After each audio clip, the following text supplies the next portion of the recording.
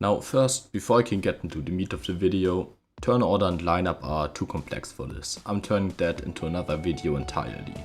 Now let's start with what exactly draconian quests do. They all have description, but there are so many misunderstandings on what exactly they do. Some people don't even know they exist. In case you didn't know, you need to press Y on the name select screen. For the first draconian quest we have harder enemies. This doesn't just give all enemy stats a percentage based bonus. It manually replaces all enemies with a different version of themselves. Every individual enemy type gets its own version of the buff. No enemy gets new abilities, but they sometimes use different abilities more often, or they use more abilities per turn. For example, the Slayer of the Sands will always start a battle with a regular attack, unless you're on harder enemies, in which case he will get 2 actions and use an ability alongside the regular attack. Next up we have no armor. This doesn't allow you to use shields. They do in fact count as armor. Also you can still change your costume. As long as you own the armor, you don't need to be able to equip it. In my opinion, it's one of the most interesting quests. You waste way less time getting armor and exploring, and it also makes the game much harder. If you only had one quest to make the game more difficult, it would be this one. The next one is reduced EXP from weaker fights or enemies. Technically this gives you a hard cap on the level you can reach. You get 0 EXP from enemies that are much weaker than you. This is based on the strongest enemy you killed in each fight though. This means you can kill one regular late game enemy in a fight, then use electrolyte to spawn metal slimes, kill those and you will get the full EXP, even if you're too strong to get any normally. In practice the cap is way too high to matter. I'd argue it's harmful because people tend to farm as much as they're allowed to when there's a limit. But then the game becomes much more of a slog, and the level caps are so incredibly high that all fights are going to be pushovers. If all level caps were like 2/3 of what they are right now, maybe it would matter with all other quests enabled. But right now you can go to level 50 before you fight, for example Tyrion, the first Act 2 boss, and it's absolutely ridiculous. Then in post game, the quest starts reducing EXP from weaker fights instead of giving you a cap, but it only means you need to grind a little bit longer. Next up we have no shopping. This disallows the auto buying of materials for crafting, which in case you didn't know, if you try to craft something you don't have the materials for, this version of the game allows you to buy them out of the menu, as long as any shop in the game technically sells them. You also won't be able to get an ingredient for the strongest weapon in the game later on. You'll be locked out of a few pieces of equipment and even some costumes. But most importantly, consumables will need to be farmed if you want them. If you're gonna end up farming them instead of just paying some cash, then playing with the quest is only a waste of time. If you plan on crafting anything, this quest is also just a waste of time. I don't like it. You do get some things for free instead of having to buy them. In Gondolia, the merchants that you usually hang with will just give you the stuff for free, both in Act 1 and Act 2. But especially with the quest you're gonna have so much money that it obviously doesn't matter. Farming perfectionist pearls is especially annoying. Next up are Shypox and Super Shypox. I'll go into depth in the status effect section. For now you just need to know that whether you use one or two of the quests, it just changes around to chance. You really need to play around this one a lot, and even when it's not happening it eats up your entire strategy. Or you just gamble, in which case you should play without. Next up we have Party Wiped Out if the protagonist perishes. This prevents you from respawning after death without loading a save. So now you can't just beat the first phase of a boss, die on the second and go right back to retrying the second. You're going to need to beat each encounter in one go. Besides that, you're going to need to try to protect the Luminary. He's so strong that you don't want to bench him entirely, but if you don't, there's going to be a risk that you get targeted by a desperate attack. You're going to need to know what enemies are capable of, and you may or may not need to take informed risks. It's interesting, but if you end up simply benching the Luminary once you get 5 party members or more, then it's probably more fun to play without. And lastly we have Townsfolk Talk Tribe. which sometimes wastes a little bit of time. The lines aren't very funny either, I'm not a big fan of surreal humor. It's a novelty that I want to leave out of all my playthroughs. This bit was very opinionated, so I'll end it by recommending newer players to play with at most harder enemies and no armor, or if you want to experience all content, just harder enemies, if even that. The game can even be a bit challenging without recurring quests, because battles are easy to avoid, and if you grind less and are therefore underleveled, the game will become harder on its own. Levels are like a difficulty slider that only goes down. The next thing most people don't know about are boss patterns. Not all, but a lot of bosses follow pretty exact patterns. The simplest would be Jarvis, who attacks on the first action, uses either a regular attack or deep breath on the second, and breathes ice on the third. Then he repeats the exact pattern every single time. Only the second action is luck based, and even then he will never use the ice breath on the second turn, for example. In this example, turns and actions are interchangeable because Jarvis actually has only one action per turn. Some get more complex, and I'm working on a video series on bosses which is gonna include the relevant patterns for the boss on stronger enemies at least. Next up we have desperate attacks. I'm sorry to tell you, but you aren't getting insanely unlucky because the Slayer of the Sands keeps critting you. Sometimes he uses desperate attacks. These are moves that have a 100% crit rate, and as we've discussed, it is entirely random when a boss gets to use an ability. The Slayer of the Sands on harder enemies, for example, will always use a regular attack and another move during a given turn, and that ability can happen to be a desperate attack. Next up we have positioning and how it influences enemy targeting priority. Yeah, just kidding. Where you stand, if you're freely controlling your character, doesn't matter the slightest bit. That part is just cosmetic. What actually does matter is the exact position in your lineup. The first person in your party will be targeted 40% of the time, then the second 30%, the third 20%, and the last 10% of the time. Needless to say, this makes someone tanky like 8 much more useful, and someone squishy like Veronica less of a liability. You can even change it around in the middle of battle to slightly increase your survivability. Next is the miss message. The word miss will appear when there was a chance for an ability to work but the enemy resisted it. If an enemy is entirely immune to something, it won't pop up. Sometimes it's confusing though, because a few enemies are 99% resistant to, for example, sleep or stun. So Dirge of Dundrasil and Roaring Tirade can still work, but nothing else practically will. Besides these two effects, the message works as a good rule of thumb though. At least on abilities where the status effect isn't a secondary effect like Double Down. I put a table with all resistances in the description. An interesting thing to note is that Dirge of Dundrasil has a 100% chance against everything besides things with a 99% resistance.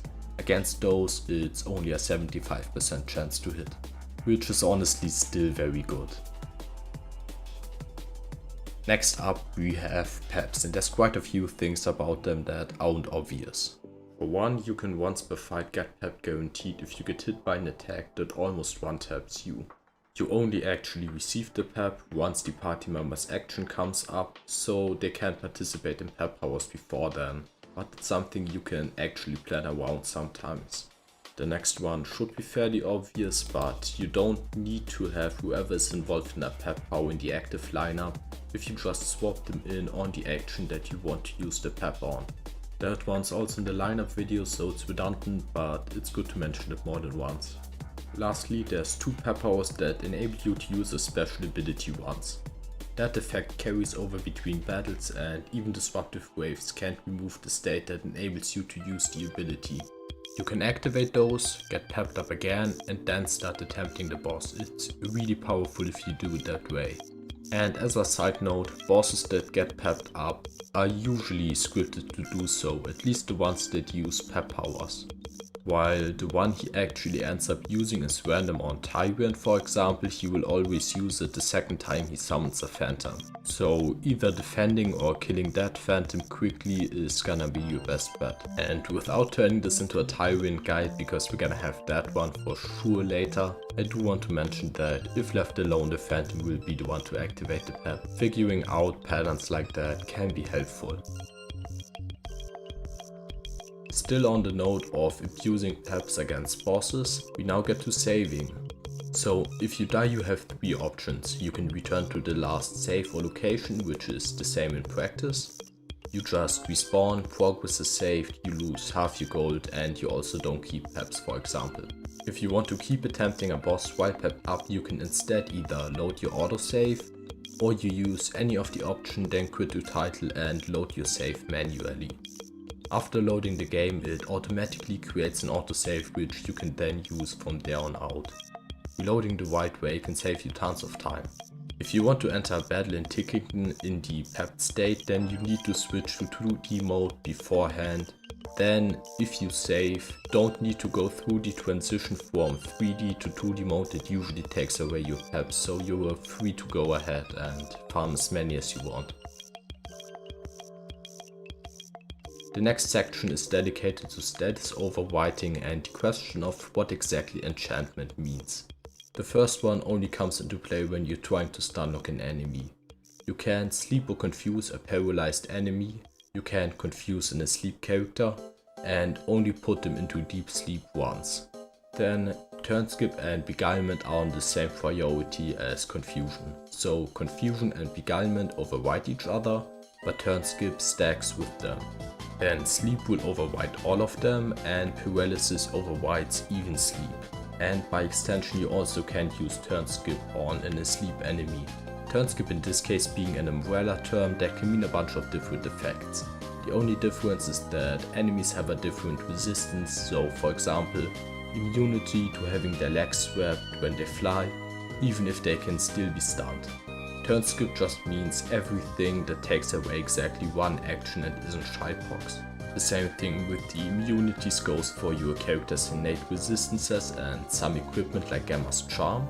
Protection against enchantment does not mean protection from beguilement. It means protection against getting hit with the puff buff abilities that some random enemies use that take away exactly one action from you.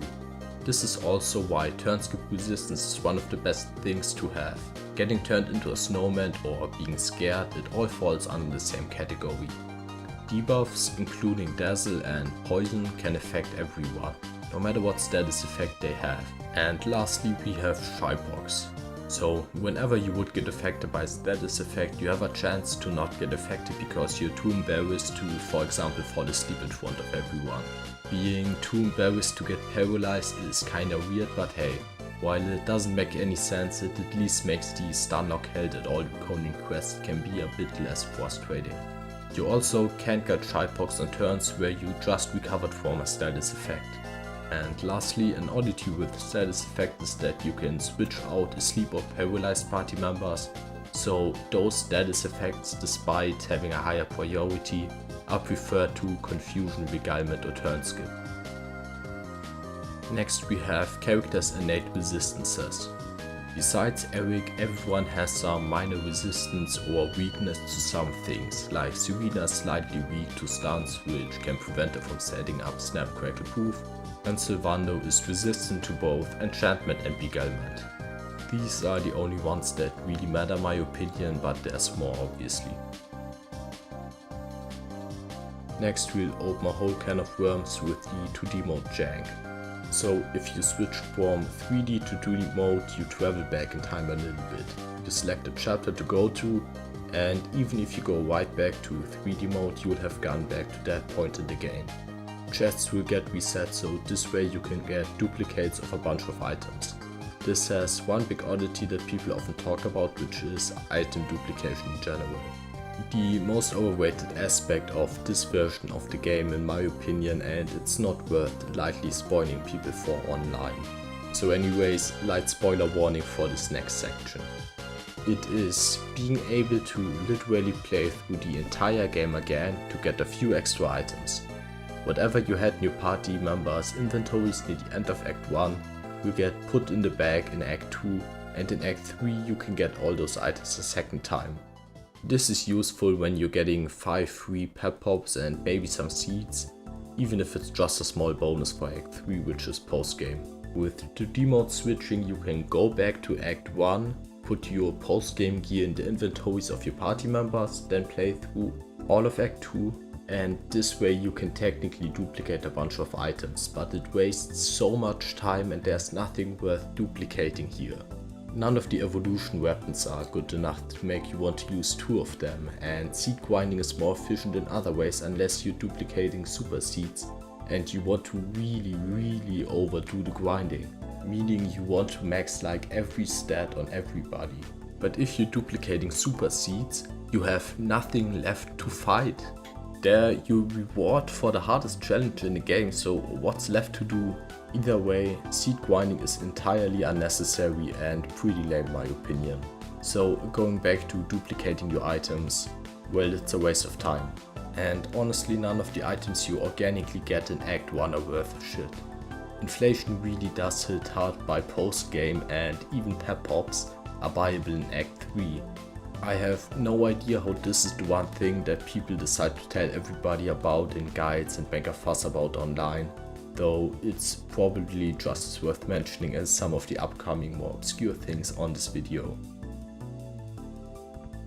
So next up I want to talk about skips. This game does have a lot of glitches and I'm not sure whether to consider this one of them. Some of the checkpoints you can go back to in 2D mode are actually in the future for you in some aspects. If you for example clear the Sniffelheim scenario before collecting all orbs, you still unlock the checkpoint that assumes that you just received your last orb and are on your way to the end of Act 1. It means that you're able to skip getting the purple and silver orb and the associated boss fight. You simply need to go there first, switch to 2D mode and go back. Next up we have combat differences in 2D mode. 2D mode has a lot of small changes and I am not well versed enough to make this all into one big segment. Some moves have turn priority, like activating the super sword of light in the final postgame fight will always happen at the start of the turn, no matter how low the luminary's agility is. Her powers also happen first. These are things that obviously can't be replicated in 3D mode, but there's many more changes like the way parrying, blocks or dodges interact with multi-hit attacks. And on that note we are now going to talk about parries, blocks and dodges. Functionally these 3 are all the same. They don't stack with each other though, and you can get a dodge chance over 100, but it doesn't mean you're gonna be immune to damage. You can only dodge, block or parry certain attacks. Breaths or most AoE spells can be avoided. It's mostly intuitive but not always. For example, the Frizz spells can be blocked but the Sam spells can't be, even though they're both single target spells.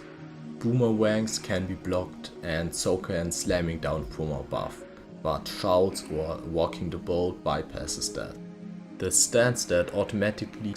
Those are also the only attacks you can counter with the luminary if he parries them. When affected by a status effect, you can't block, dodge or parry anything. The game's economy isn't something that's obscured from you, but it is still important to talk about. Selling items in this game is really strong. Some items are unique and the game tells you maybe you can't get them anymore after you sell them, but none of them matter. The actual one-of-a-kind items aren't even sellable, like everything you get from Tickington. Sell more stuff, really. Having old equipment doesn't do anything for you. And in a lot of cases you can sell whatever you have equipped right now and afford better gear, so why not do it? If you ever do run out of gear to sell, the best way to make more money is to craft even more equipment using mostly materials you already have. You can then sell that gear and you will even turn a profit if you order buy all the materials. But if you do so, it's so slow that you might as well go around gathering more materials or even fighting random battles instead. Also, nothing in the game is missable. That's already how it was, but especially now in the definitive edition with 2D mode, nothing is missable. Even if you purposefully try to sell everything you owned, so don't get hung up on that. You're not gonna need that iron claw 50 hours from now. Just now I mentioned that forging new equipment and selling it is one of the best ways to earn money. But the forging in this game is surprisingly complex, so this is what the next few tips are gonna focus on. So all the things you can forge have a set pattern of events. If you get half power on the 5th strike while forging an item, you will always get that event. People often complain about the gauge magically moving backwards, but it can actually be used to your advantage in a way, because it will always reduce the gauge on the highest one that isn't in a sweet spot, which can be one that overshot the target. On the same note, the inspiration strike is also set. And on that note, the inspiration strike, once you unlock it, is also a set event. If you want to know what abilities to use, multi-bash should always be your first priority after you unlock it. It has the best value out of any strike, and then you need to play around whatever you got randomly. If you know that something is gonna take a long while to forge and is gonna have a couple of gauges moving backwards, you can even overshoot intentionally. You really should spam multi-bash as much as you can. But before then you might not be able to get all items to +3, at least not on a first try, but that's where reworking items comes in. Unlike what the name implies, reworking isn't just trying again, but the upgrade is going to stack on top of whatever upgrade you already have. So if you can only get a +1 on a weapon, if you rework it, get the same result, so a +1, it's going to become a +2 weapon and you can repeat it again for +3. This means that as long as you can get +1 on an item at all, you can get it to +3 with enough pearls and patience. Forging new equipment might still be the fastest way of earning money, but the easiest way is definitely in the casino. So if you want to play the casino for fun, you can disregard anything I say here. No matter what exactly you play, you're gonna make a profit on average, and safe scumming is easy to do and you don't need an explanation. The best way to get the rewards from the casino is to have an auto clicker on slots and it will turn a profit on average. Especially on PC, that's extremely easy, and if you leave that running overnight, so around 8 hours, you expected to make 1 million tokens with the 10 token slots and 10 million with the 100 token slots. As long as you have a small starting budget, that's the easiest way to get everything. Practically unlimited tokens have a lot of implications. Casing in with the second casino, only heal become redundant because items do the job for no MP cost and you can get near infinite money from selling whatever items you buy in the casino shop. Poker is another game that technically has a use because you can win some materials that can't be bought otherwise, but it's not the fastest method to get tokens. That honor goes to safe scumming the roulette tables in Act 2. When you enter the upstairs area, the game makes an autosave. Then the exact way you put down your tokens isn't important, but you should put down many to practically go beyond the betting limit. The myth that's sometimes regurgitated that 12 and 16 give you higher jackpot odds or whatever is just false. It's neat to still see some urban myths like that going around in modern games, but it's false. The bottom line is that unless you really like gambling, auto-clicking on the slots is the only thing I can recommend. And I didn't forget Slime Quest, I just don't want to talk about it. So consumables are really strong and underrated. Most characters' abilities aren't as good as consumables, which are pretty cheap and readily available in most cases. Most players would improve their game if they used them more and maybe even spend some money on strong medicines, which out-heal regular heal and can be used by everyone for no MP cost early on, just as one of the many examples. Fuddle will never be as strong as Mystifying Mixtures, and Snooze will never be as good as Sleeping Hibiscus. Though you can buy Sleeping Hibiscus and need to farm them either from enemies or from sparkly spots. But it's not a huge investment to occasionally remember to zoom to the Emerald Coast and pick one up. The sparkly spots respawn depending on in-game time. Most take 15 minutes. Some only take 5 and very few take literal hours. One of the biggest bang for your buck investments is having at least one panacea on each party member once they become viable. It's for sure gonna save you some headaches when you get affected by a status effect you weren't expecting. Next we have the difference between abilities that scale with strength versus abilities that scale with the damage of a base attack. Basically, some abilities don't take your weapon power into account. All the good sword moves like Giga Gash scale with strength, while for example Jade's fisticuff abilities scale with attack. This means Jade will do really low damage, if any at all, if you actually unequip her and try to use multi-feed or harvest moon or something. It also means that the aforementioned Supreme Sword of Light does the same damage as a stick in your main hand, at least for all the abilities you will actually use. As a side note, most attack-based moves count as physical contact with the enemies, while a lot of strength-based ones don't. For example, Giga Slash can't be parried or dodged and won't wake up an enemy, while Cutting Edge can do both. But I'm not sure whether physical contact is even the right umbrella term here. Some moves like the Frizz type spells can be parried, but they're spells, so they won't wake anyone up. And again, Zam can't be parried and will never wake anyone up. And while this is going a little off topic, the same goes for Gold Rush. I just want to mention that it's a super strong ability and can't be avoided. It won't wake anyone up. Me including this here is just an excuse to talk about how strong Gold Rush is. And I'm only now noticing that it isn't obvious, but enemy defense as well as status effects like Oomph don't affect strength based abilities. Most moves have a critical multiplier, which in all cases lowers your critical chance. The only exception are the Zam spells, which have a 2x multiplier.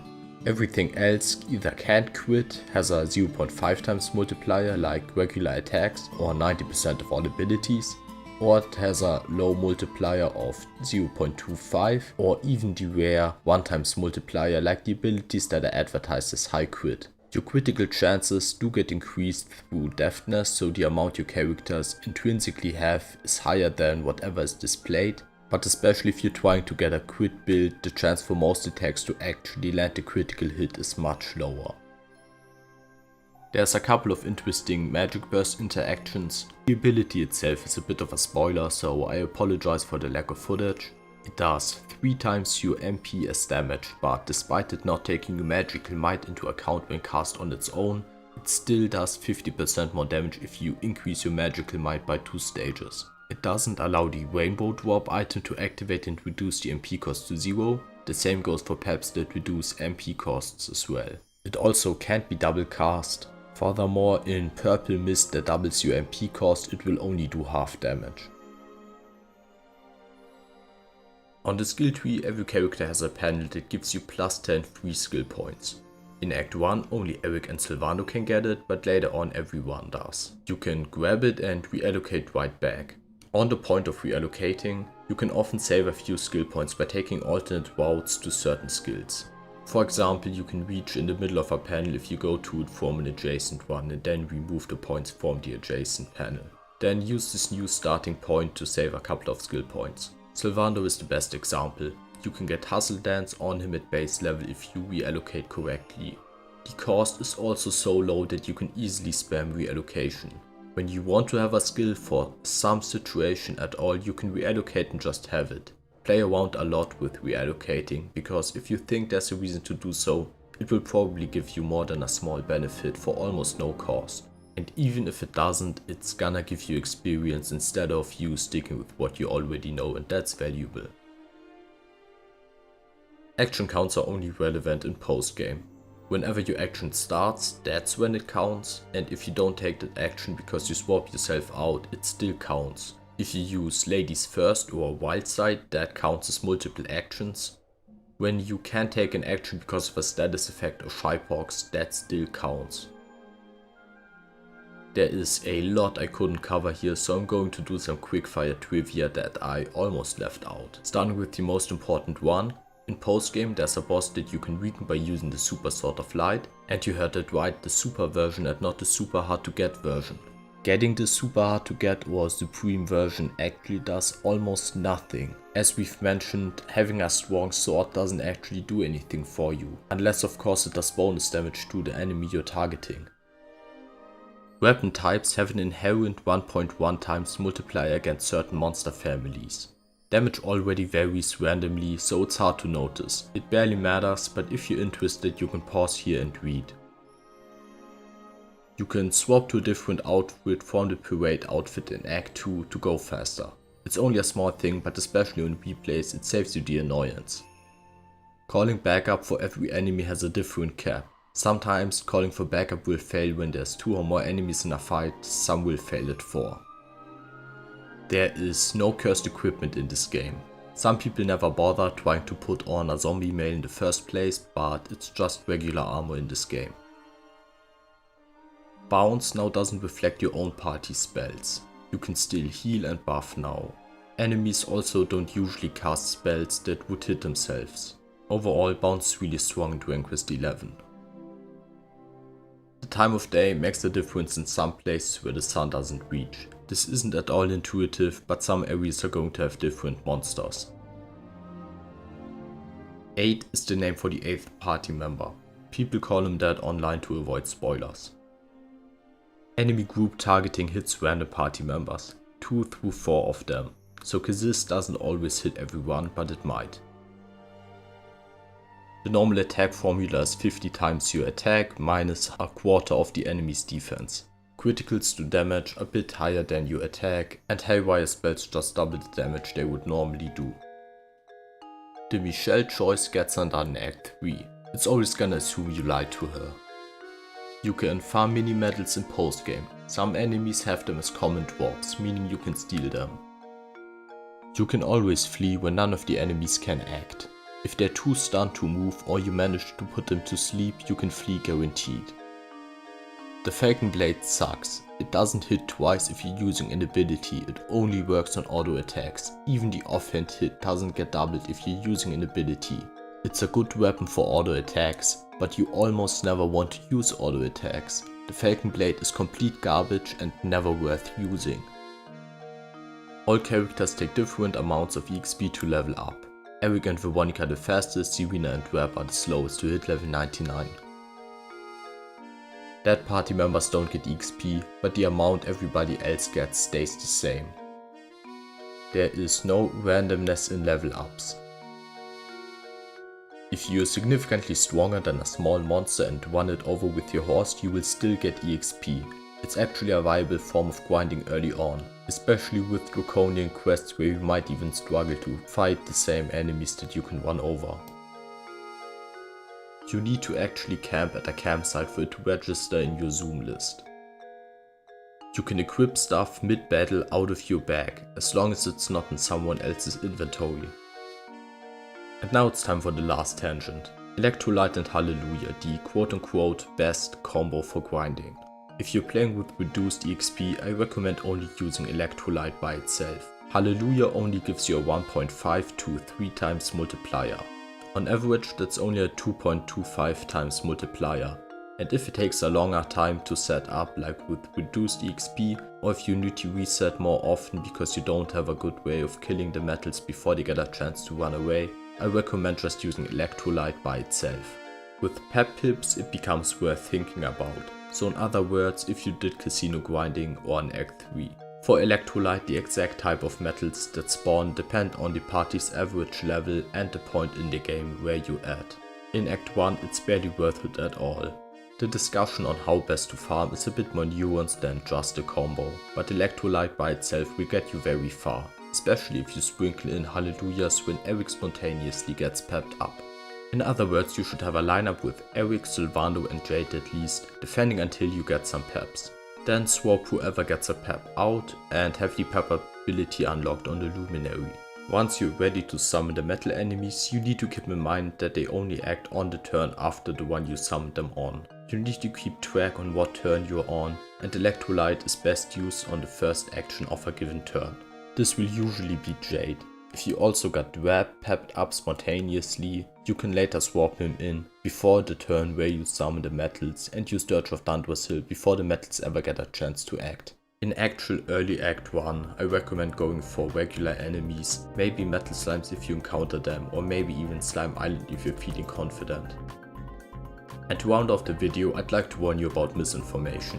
Even the .org wiki isn't always right. For example, the stats on abilities like Dragon Slash, which doesn't simply do 2 times damage but 2 times damage plus 10 flat damage against dragons, or enemy resistances like the Elysium Bird, which lists the resistances for the regular enemy under the boss's stats, or even the hardest super boss, which a lot of people are going to look up, lists the same resistances for both the head and the tail, even though they're different. So the best source of information is often the in-game library, at least for the information it does have, which is much more than you might think. Like if you ever had an item, it lists all the places where you can farm them. But the bottom line of this is that you shouldn't take everything you see online for granted, especially when it's some random person online telling you that betting on 12 or 16 gives you better odds or whatever. Or if someone tells you that Eric with daggers is the most broken thing in this game. But that's a discussion for another video.